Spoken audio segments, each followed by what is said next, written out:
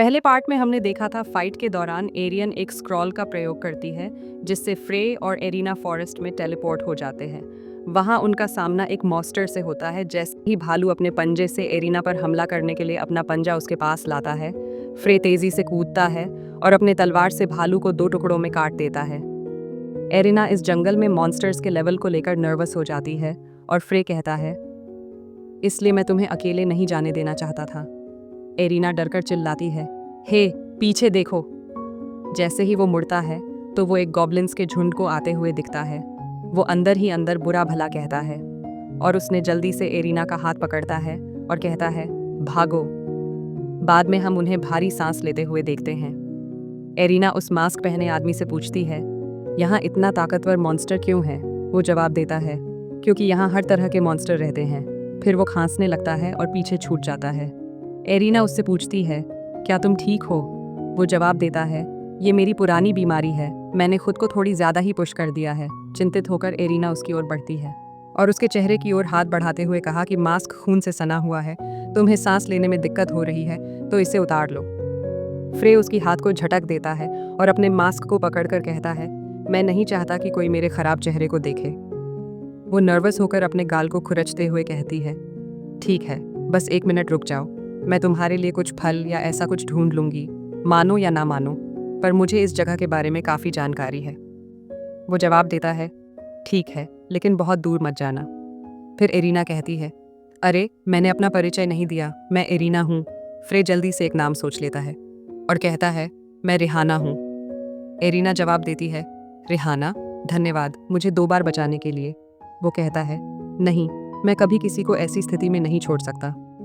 Arena उसकी तरफ हाथ हिलाते हुए कहती है, मैं बस जल्दी से कुछ फल लेने जा रही हूँ तो तुम यहीं रुको। जैसे ही वो जाती है, फ्रे एक पेड़ के पास बैठ जाता है और बुदबुदाते हुए कहता है, मुझे कभी नहीं लगा था कि मैं एक मॉन्स्टर के लिए आभारी होऊंगा। वो अपना मास्क हटाता है जिससे उसके मुंह से ब्लड टपक रहा है और कहता है, मुझे चिंता थी कि जल्दी में बनाई गई झूठी कहानी पकड़ी जाएगी, लेकिन उसे बचाने से उसका संदेह कम हुआ। वैसे एरिना की क्वेस्ट का क्या हुआ? वो चेक करता है। सिस्टम दिखाता है कि ये अभी जीत या हार के फैसले का इंतजार कर रहा है। वो कहता है कि अकादमी ने निर्णय पर रोक लगा दी है। खैर, एक छात्र के टेस्ट के दौरान गायब हो जाने पर इस निर्णय पर हैरानी नहीं होती। यहाँ कोई सजा भी नहीं है, तो मुझे बस यहाँ से निकलने पर ध्यान देना चाहिए। ये जंगल खतरों से भरा हुआ है, एक गलत कदम मौत का सबब बन सकता है। 3 दिन बीत चुके हैं और वे अभी भी ग्रे फॉरेस्ट में हैं। एरिना अंदर ही अंदर सोचती है कि रिहाना ने कहा था कि वो मुझे जंगल के किनारे ले जाएगा, पर मुझे बुरा लग रहा है। चूंकि मैं जादू इस्तेमाल नहीं कर सकती, मुझे उसकी मदद पर निर्भय रहना पड़ेगा। मुझे खुद खाना इकट्ठा करना चाहिए, मॉन्स्टर्स से बचना था और चलते रहना था। कोई बड़ी समस्या नहीं आई और हम सुरक्षित तरीके से एंट्रेंस के नज़दीक पहुंच गए। जैसे ही एरिना कुछ फल ज़मीन पर रखती है, वो कहती है, एरियन तो अब तक चिंतित हो गई होगी, मुझे उससे माफ़ी मांगनी है। फिर हम फ्रे को देखते हैं जो एक जंगली सूअर पकड़े हुए है और कहता है, मैं वापस आ गया। वो उसे देखती है और कहती है, तुमने उस हालत में एक जानवर क्यों पकड़ा? वो जवाब देता है, फिक्र मत करो, इस इलाके में अजीब तरह से मॉन्स्टर्स कम हैं। फिर एरिना पूछती है, अरे रिहाना, क्या तुम्हें सच में यहाँ रहना ज़रूरी है? वो जवाब देता है, क्या हम ये बात फिर से कर रहे हैं? एरिना चिंतित होकर कहती है, तुम यहाँ हमेशा नहीं रह सकते। फ्रे जवाब देता है, मेरे फैसले में कोई बदलाव नहीं आएगा। न तो मेरे पास ज़्यादा समय है और न ही यहाँ से जाने के बाद मुझ में फ्रे से बच निकलने का आत्मविश्वास है। एरिना दृढ़ता से कहती है, मैं कुछ ना कुछ सोच लूंगी। वो जवाब देता है, मैं तुम्हें रोकना नहीं चाहता। फ्रे तुम्हारे खिलाफ बदला ज़रूर लेगा। ऐसी स्थिति में तुम मेरा ध्यान नहीं रख सकती। और हाँ, एक बार जब तुम यहाँ की आदत डाल लोगी तो यहाँ रहना इतना बुरा नहीं है। एरिना थोड़ी मुस्कुराती है और कहती है, तुम तो एक जिद्दी आदमी हो, 3 दिन से तुम टस से मस नहीं हुए, मैं हार मान लेती हूँ। फिर वो कहती है, ठीक है, थोड़ा फल खा लो और जब तक खाना तैयार नहीं हो जाता तब तक इंतज़ार करो, फिर मैं तुम्हारी बात मान लूँगी। वो अंदर से सोचती है, जिसने मुझे बचाया उसे यहाँ छोड़ना गलत लग रहा है, लेकिन इसके पीछे ज़रूर कोई वजह होगी। तभी नकाबपोश आदमी एक फल उठाते हुए कहता है, अरे ये तो फ्रॉस्ट ड्रैगन फल है। एरिना कंफ्यूज्ड होकर पूछती है, फ्रॉस्ट ड्रैगन फल? वो जवाब देता है, हाँ, मैं बचपन में अक्सर ये खाता था, ये बहुत स्वादिष्ट है। एरिना उसे घूरती है और शक से कहती है कि बचपन में। फिर वो सोचती है कि फल का एक और नाम है, लेकिन मुझे पता नहीं था और मैंने खुद उसका नाम रख लिया। बहुत बाद में मुझे इसका असली नाम पता चला, लेकिन सिर्फ मुझे और फ्री को ही पता है। तभी अचानक उसके ख्यालों में रुकावट आती है जब जमीन हिलने लगती है। वह पूछती है, क्या ये भूकंप है? फ्री जवाब देता है, लगता है सबसे बुरा हो गया है। वह मन ही मन सोचता है कि ये जगह वो है जहाँ डेमन किंग की सेना तरह तरह के शक्तिशाली राक्षसों को फेंकती है। ये एक तरह का निवास और डंपिंग ग्राउंड दोनों है। मॉडिफाइड राक्षस, प्रयोग में फैल हुए चिमेरा और तरह तरह के जीव यहाँ रहते हैं। जाहिर है मैं इनमें से ज्यादातर को हरा सकता हूँ, लेकिन एक ही है जिसे मैं नहीं हरा सकता, वो है डार्क गोलेम। वो अपनी तलवार खींचकर कहता है, मैं इसे किसी की रक्षा करते हुए नहीं लड़ सकता। खुद को तैयार करते हुए वो कहता है, मैं तुम्हारे लिए थोड़ा समय खरीदूंगा, भाग निकलो जैसे भी हो। वो अंदर ही अंदर सोचता है, मैंने बड़ी बात की, लेकिन क्या ये सच में काम करेगा? सिस्टम उसे गोलेम के गुण दिखाता है और इसका खास गुण है अनअवेकनेड, जिसमें ऊर्जा अवशोषण की दर सिर्फ 21% है। फिर फ्रे कहता है, ये तो फाइनल बॉस जैसा लगता है। फ्रे आगे सोचता है, ये हारे हुए दुश्मनों की ताकत को सोख लेता है, इसलिए डीमन लॉर्ड की सेना बाद में इसे वापस ले लेती है। अभी गोलेम कमजोर है क्योंकि इसकी एनर्जी ज्यादा नहीं है, लेकिन इसकी लड़ाई की ताकत एक सेना के बराबर होनी चाहिए। मैं स्टेलर माना का इस्तेमाल नहीं कर सकता, नहीं तो मेरी पहचान उजागर हो जाएगी। गोलेम की आंखें नीचे झुकती हैं जैसे ही ये अपने लक्ष्यों को पहचानता है और उन पर निशाना लगाता है। फिर ये उनके तरफ एक लेजर बीम फायर करता है। फ्रे जल्दी से एरिना को पकड़ता है और आने वाले हमले से बच जाता है। एक धमाका होता है, सब कुछ बर्बादी के कगार पर हैं और वे मुश्किल से बचते हैं। फिर फ्रे उससे कहता है कि समय नहीं है, तुम्हें भागना होगा। वह जवाब देती है, लेकिन मैं तुम्हें पीछे छोड़कर नहीं जा सकती। तभी गोलेम फिर से हमला करने के लिए तैयार होता है।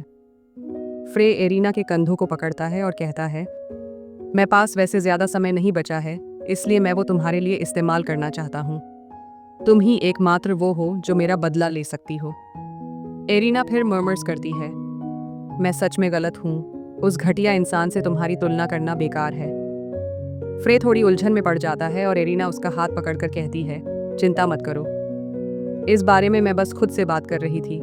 तभी वो उसे हल्की मुस्कान देते हुए कहती है, धन्यवाद रिहाना, तुमने मेरे लिए जो किया है मैं उसे कभी नहीं भूलूंगी, यहाँ तक कि मरने के बाद भी नहीं। फिर वो दौड़कर कहती है, चिंता मत करो, मैं सुनिश्चित करूंगी कि वो कमीना अपने किए का फल पाए। फ्रे सोचता है, यार मेरी ऑस्कर लेवल की एक्टिंग रोज और भी बेहतर होती जा रही है। फिर वो कहता है, खैर अब जब अरीना भाग गई है तो मुझे अपनी असली ताकत दिखानी चाहिए। गोलम को एहसास होता है कि अरीना गायब है और वो उसका पीछा करने की कोशिश करता है, लेकिन फ्रे उस पर कूदता है और चिल्लाता है, तेरा मुकाबला मुझसे है, और वो बिना किसी मुश्किल से गोलेम की टांग को देता है। गोलेम जोर से गिर पड़ता है। फ्रे कहता है, मैंने इसे अभी के लिए बेकार कर दिया है, अगर मैं इसका कोर ही नष्ट कर दूं। फिर फ्रे गोलेम का मजाक उड़ाते हुए कहता है, कम से कम एक बार अपने लिए खड़े होने की कोशिश तो करो, नहीं तो मैं तुम्हें टुकड़ों में काटता रहूंगा। फिर वह व्यंग्य में जोड़ता है, अरे हाँ, तुम्हारी एक टांग तो गायब है। गोलेम अब थक चुका है और अपने मिसाइल लॉन्चर को सक्रिय करता है, उस पर फायरिंग करते हुए। फ्रे कहता है, तुम मजाक कर रहे हो, क्या तुम संयम नहीं समझते? फ्रे लगातार मिसाइलों को काटता है, लेकिन धमाके की वजह से उसकी मांसपेशियां चटकने लगती हैं और उसके चेहरे से ब्लड बहने लगता है। वो अंदर से सोचता है, यार ये तो लगातार फायर करता जा रहा है, अगर ऐसा चलता रहा तो ये मेरे लिए खतरनाक होगा, मुझे जल्दी से कोर को नष्ट करना होगा। फिर सिस्टम कहता है, लक्ष्य डेटा को संशोधित किया जा रहा है, क्लास एक खतरनाक स्थिति के रूप में पहचानना, आत्मविनाश कोड निष्पादित करना। फ्रे हैरानी से देखता है और तेजी से उसकी तरफ दौड़ता है, सोचते हुए, अगर ये आत्मविनाश करता है तो न सिर्फ मैं मर जाऊंगा बल्कि एरेना भी खतरे में पड़ जाएगी। उसे इसे किसी तरह रोकना है। फिर वो गोलेम की तरफ कूदता है और हमला करता है, पर अंदर से उसे कुछ गलत होता हुआ महसूस होता है जब एक बड़ी ऊर्जा की लहर आसमान की ओर निकलने लगती है। उसके बाद एक ताकतवर झटका लहर जंगल में फैल जाती है। हम देखते हैं कि उसने अपने कोर को सही समय पर नष्ट कर दिया, ठीक उसी से पहले जब आत्मविनाश होने वाला था। वह घुटनों के बल गिर जाता है और खांसने लगता है, और हम देख सकते हैं कि उसकी मास्क पूरी तरह से झटके से टूट गई है, उसके मुंह से ब्लड टपक रहा है। वह कहता है, धिक्कार है गोलेम पर, तुम्हारे कारण मैं अब आगे नहीं बढ़ सकता। तभी उसे एक कौवा उड़ते हुए की आवाज़ सुनाई देती है और वो ऊपर देखता है, कहता है, ये तो एक जासूसी कौवा है। सोचते सोचते वो समझता है कि इस शोर शराबे के बीच अगर पास के गांव वाले जांच करने नहीं आए तो ये अजीब होगा। अगर उन्हें पता चला कि मैं यहाँ हूँ तो मेरी पहचान खुल जाएगी। वो खड़े होने की कोशिश करता है, कहता है, मुझे ऐसा नहीं होने देना, लेकिन उसका शरीर अब जवाब नहीं दे रहा और वो गिरने लगता है। अचानक एक आकृति उसे गिरने से पकड़ लेती है। जैसे ही फ्रे अपनी आंखें खोलता है और उसे देखता है, वो कानिया उसे कहती है, अब सब ठीक है यंग मास्टर, बाकी का काम मुझ पर छोड़ दो। फ्रे उसे कसकर पकड़ लेता है। तब वो कहती है, पास में एक गाड़ी इंतजार कर रही है, मैं तुम्हें बिना किसी की जानकारी के हॉस्टल ले जाऊंगा। फिर वो अपनी आंखें बंद करके कहता है, मैं तुम पर भरोसा कर रहा हूँ। 2 दिन बाद हॉस्टल में हम देखते हैं कि फ्रे आखिरकार जागता है। कानिया उसे कहती है, मैं बहुत चिंता कर रही थी, तुम 2 दिन तक नहीं जागे। वो अपने सिर को खोजते हुए जवाब देता है, मैं ठीक हूँ, मैं बस थोड़ा थका हुआ था। अब वर्तमान स्थिति समझाओ। कानिया समझाना शुरू करती है। जांच ब्यूरो ने इस बात की जांच की कि आपको जंगल में क्यों भेजा गया था। पता चला कि एरियन ने एरिना की मदद के लिए एक स्क्रॉल का इस्तेमाल किया था। फ्रे कहता है, क्या उसे मदद के लिए एक स्क्रॉल का प्रयोग किया? वो जवाब देती है, हाँ, लेकिन यह एक उपचारात्मक स्क्रॉल माना जाता था। फिर भी आप दोनों को टेलीपोर्ट कर दिया गया। फ्रे कहता है, तो क्या यह एक दुर्घटना थी?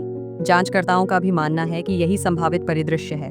यदि एरियन की गवाही की पुष्टि हो जाती है तो इसे दुर्घटना मानी जाएगी। फ्रे सोचता है, क्या ऐसा संयोग सचमुच घटित हो सकता है? हम इस संभावना से इनकार नहीं कर सकते कि दुकान ने नकली स्क्रॉल बेचा हो। वो कानिया से कहता है कि फिलहाल स्क्रॉल्स के स्रोत की जांच करो। वो जवाब देती है, समझ गई, कोई पहले से ही इसकी जांच कर रहा है। फिर वो एरिना के बारे में पूछता है तो वो बताती है कि वो पास के गांव में मिली और वो रिपोर्टेडली ठीक होकर सुरक्षित लौट आई है। फ्रे कहता है, ये राहत की बात है, सब कुछ उसके सुरक्षित भागने के लिए था। फिर वो कहता है, ओह सही, वैसे उस मैच का क्या नतीजा रहा? कानिया जवाब देती है, कल अंततः यह निर्णय लिया गया कि आप जीत गए यंग मास्टर। फ्रे चादर को पकड़ता है और कहता है कि आखिरकार ऐसा ही हुआ। अगर मैं हार जाता तो बाद में चीजें आसान होती। नहीं, मुझे बस इस बात के लिए आभारी होना चाहिए कि कोई सजा नहीं है। हम देखते हैं कि उसे इस क्वेस्ट को पूरा करने के लिए लाइफ चार्जर पुरस्कार के रूप में मिला है। फिर वो सोचता है कि मुश्किल तो है, लेकिन ये असंभव क्वेस्ट नहीं है। अभी भी समय है, जरूरी कदम उठाते हुए और फिर समाधान खोजते हुए ये देर नहीं होगी। फिर वो कानिया से कहता है, धन्यवाद, अब मैं स्थिति समझ गया हूँ, मैं थोड़ा आराम करूँगा। कानिया उसे बीच में ही रोकते हुए कहते हैं, यंग मास्टर, असल में मुझे तुमसे एक और बात करनी है। वो नर्वस होकर अपने हाथों को पकड़ती है और बोलती है, ये ड्यूक की वजह से ही था कि हम तुम्हें इतनी जल्दी ढूंढ पाए। वो थोड़े हैरान होकर पूछता है, मेरे पिता, क्या वह आर्या के साथ यात्रा नहीं कर रहे थे? वो जवाब देती है, जब उसने दुर्घटना के बारे में सुना तो वह तुरंत जादुई टॉवर पर गया ताकि पता लगा सके कि वह स्क्रॉल कहाँ ले गया था। जवाब बिना किसी परेशानी के मिल गया, लेकिन ड्यूक घर लौटते वक्त अचानक तनाव के कारण बेहोश हो गई। उसे इस बात का बड़ा सदमा लगा। वो कहती है कि वो अभी तक होश में नहीं आया है। फिर फ्रे अपने होंठ काटते हुए कहता है, कानिया, क्या मैं थोड़ी देर के लिए तुम्हें हक कर सकता हूँ, अगर तुम्हें ऐतराज ना हो? उदास चेहरे के साथ कैन अपनी आंखें बंद करती है और फ्रे को गले लगाकर उसे सांत्वना देते हुए रोती है। अब सीन कुछ हफ्ते बाद बदलता है, जहाँ कानिया फ्रे को कह रही है कि बेहतर होगा कि वो थोड़ा और इंतजार करे जब तक उसका शरीर ठीक नहीं हो जाता। फ्रे जवाब देता है, नहीं, जब तक मेरे पिता बेहोश हैं मैं बिस्तर पर नहीं रह सकती।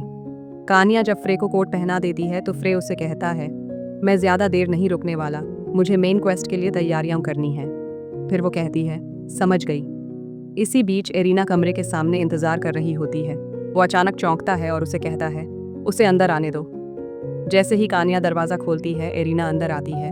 फ्रे हाथ बांधकर उसे कहता है, मैंने सुना है कि तुम्हें रिहाना ने बचाया, तुम्हें पता है कि तुम मैच हार गई हो, है ना? एरिना फिर शर्मिंदगी में कांपती है, घुटनों के बल गिर जाती है और कहती है, मैं मैच हार गई, इसलिए मैं आपके वादे के अनुसार पूरी तरह आपकी बात मानूंगी। कृपया एरियन को उसकी आज़ादी दो। फ्रे फिर सोचता है, मैंने सोचा कि वह जंगल में हुए घटना का बदला लेने आई है, तो वो यहाँ मुझसे अपनी शर्तों पर बातचीत करने आई है। फ्रे फिर कानिया से कहता है कि गाड़ी तैयार करे और अपने पेंडेंट को दिखाते हुए बुरे मुस्कान के साथ कहता है, मैं ऐसा क्यों करूँगा, तुम मेरी दासी हो। एरिना फिर कहती है, मैं तुम्हारी हर बात सुनूंगी। फ्रे फिर एक बुरे मुस्कान के साथ कहता है, क्या ऐसा है तो मैं वो करूँगा जो मैं जंगल में नहीं कर सका। इससे पहले कि मैं जाऊं, तुम क्यों नहीं कपड़े उतार लेती और मेरे साथ थोड़ी मस्ती करती? एरिना, जो आंसू बहा रही है, कहती है, हाँ, मुझे कोई दिक्कत नहीं है, बस धीरे रहना। जैसे ही वो कपड़े उतारने लगती है, फ्रे उसे नफरत से देखता है, मुड़कर जाता है और कहता है, मुझे तुम में कोई दिलचस्पी नहीं है, तुम तो बहुत आज्ञाकारी हो। फिर वो उस पर चिल्लाते हुए कहता है, पहले साफ सफाई करो, फिर मैं तय करूंगा कि तुम्हारे दोस्तों के साथ क्या करना है। ये इस बात पर निर्भर करेगा कि तुम कितनी अच्छी काम करती हो। वो जल्दी से सिर हिलाती है। फ्रे एरिना को धमकाने के लिए 300 अंक पाता है।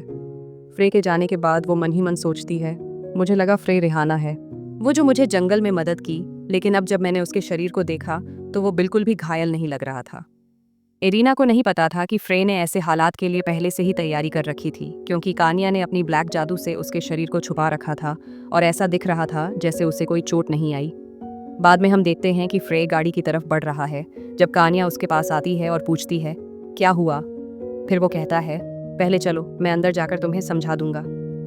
जैसे ही वे गाड़ी में बैठते हैं और वो चलने लगती है, फ्रे कानिया से कहता है, उसने मुझसे एरियन को मुक्त करने के लिए कहा।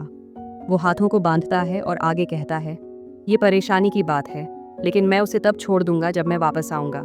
इसे संभालने के कई तरीके हैं, या तो मांग कर या रिश्वत देकर। फिर वो कानिया से पूछता है, तू कैसा महसूस कर रही हो? तूने जंगल में काला जादू किया था, है ना? वो जवाब देती है, मैं ठीक हूँ, वो कोई बड़ा जादू नहीं था, इसलिए इससे ज्यादा जीवन शक्ति नहीं गई। वो कानिया की तरफ देखता है और कहता है, कानिया, तू ही मेरी एकमात्र सहारा है। आपकी वजह से मैं इस खराब दुनिया में भी मुस्कुरा सकता हूँ, लेकिन मुझे इस घटना से कुछ एहसास हुआ। उसने कहा, मुझे तेरी मदद की ज़रूरत है। कानिया जवाब देती है, बिल्कुल, मेरी ज़िंदगी तुम्हारे लिए है। वो जवाब देता है, मैं ये नहीं कह रहा। अगर तुम अपनी ज़िंदगी को खतरे में डालकर मेरी जान बचाने की कोशिश करोगी तो तुम मेरी मदद नहीं कर रही। जैसे इस बार, अगर मैं बेहोश हो जाऊं या कहीं दूर ले जाया जाऊं तो तुम मुझे बचाओगी, इसलिए मुझे चाहिए कि तुम अपनी देखभाल करो। कानिया फिर कहती है, मतलब तुम्हारी मदद करने का एक ही तरीका है। लेकिन फ्रे जल्दी से उसे रोकते हुए कहता है, नहीं, एक और तरीका है। फिर वो सिस्टम खोलता है और उसे संभावनाओं का अमृत दिखाता है, कहते हुए, ये देखो, ये आइटम आपकी बहन को अपनी क्षमता को पूरी तरह से जगाने में मदद करेगा।